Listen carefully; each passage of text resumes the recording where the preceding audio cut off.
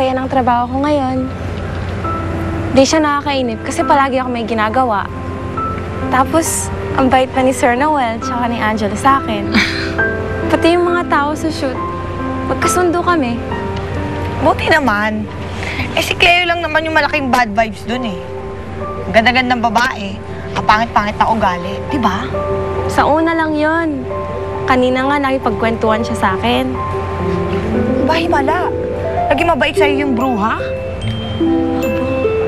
Ganda. Okay na din yan, at least. Masaya yung working atmosphere. Magandang umaga po. Padala po. Para kay Gisa Santiago. Galing kay Angelo Soriano. Ho? Gisa Santiago po. Sigurado po kayo na para sa akin to? Opo. Oo, Jessa, para sa'yo nga. O, Jessa Santiago. At saka galing talaga kay Angelo. At saka pinadala niya yung paborito mong Receive na bulaklak. lang po. Pirmahan mo daw. Ay, ganda. Ang ganda-ganda.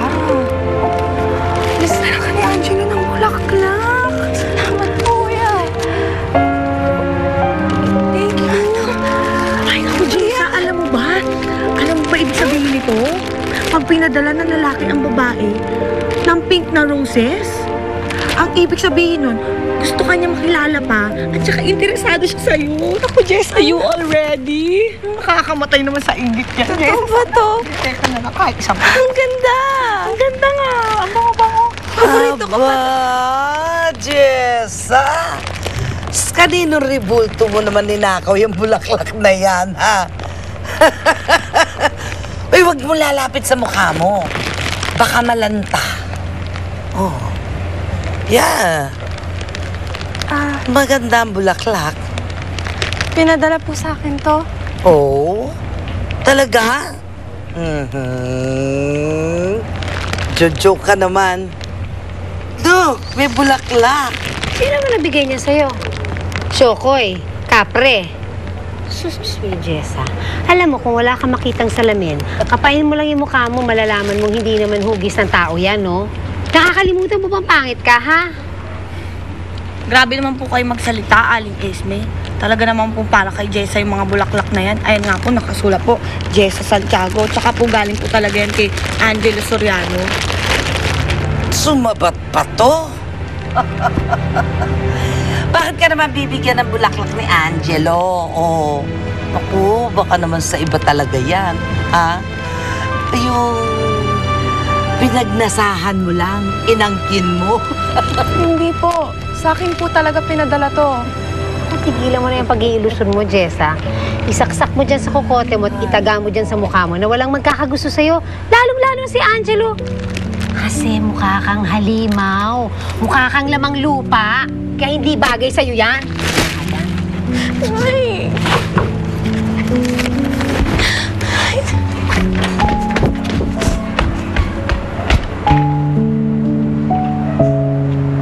Baka gusto mo sumunod. Ay, naku.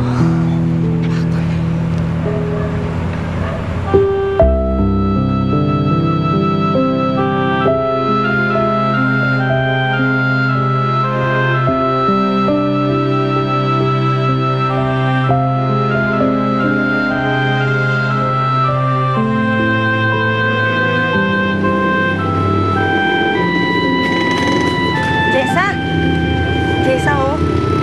Nasalba ko doon sa tinapon ng nanay mo.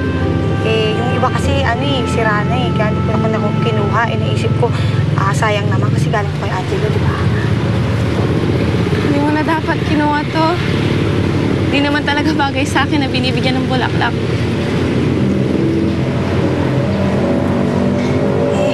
Jessa, huwag mo na lang intindihin yung mga sinasabi ng nanay mo kasi alam mo naman yun na nakaprograma na sa bibig nun na araw-araw laitig eh. Kaya deadmahin mo na lang para hindi ka malungkot, di ba? Totoo naman ang sinasabi niya eh. Imposibleng magkagusto sa akin si Angelo. Suntok sa ba na mangyayari yun? Isa kasi siyang modelo, di ba? Sa dami namang magagandang nakikita niya, pagtutuunan ba ako ng pansin nun? Eh, ako.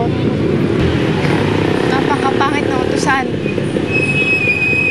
Para siyang bituin na ang hirap abutin. Imposibleng tumaba siya para sa akin, di ba?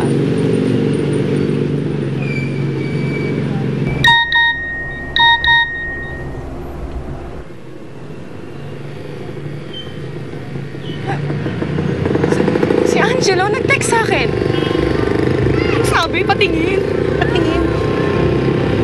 Did you like the flowers? I hope to see you in my condo tonight. Yes, a date! Date! Nakakaloka! Diba sabi mo, para siyang bituin na mahirap abutin. Ito na yung chance mo. Bababa na yung bituin. Bumaba na yung bituin galing sa langit para sa'yo. Oo nga! Totoo ba? Sige! Ang saya! O, tingnan mo, buti na lang nilamin natin yan. Pwede mo gawin ko party sa libro, di ba? Masyadong mataas ang pangarap ng Jessang yan. Nabigyan lang ng bulaklak, alam mo kung sino na.